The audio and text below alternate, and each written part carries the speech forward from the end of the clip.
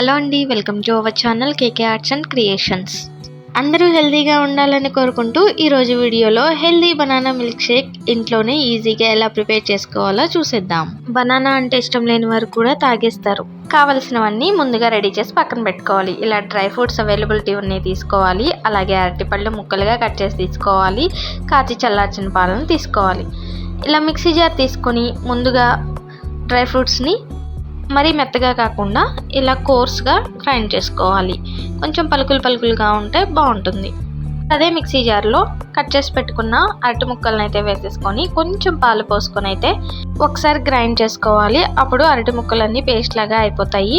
అదే ఒకసారి మొత్తం పాలన్నీ పోసుకుంటే కొంచెం ఎక్కువసేపు గ్రైండ్ చేయాల్సి వస్తుంది.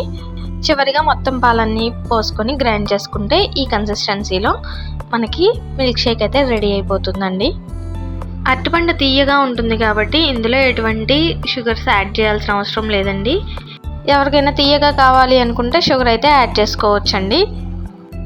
పిల్లలకి బిస్కెట్స్ అంటే ఇష్టం కదండి, అందుకని చెప్పి నేను ఈ బిస్కెట్స్ని పౌడర్లా చేసి మిల్క్ షేక్లో అయితే కలిపిచ్చేసాను.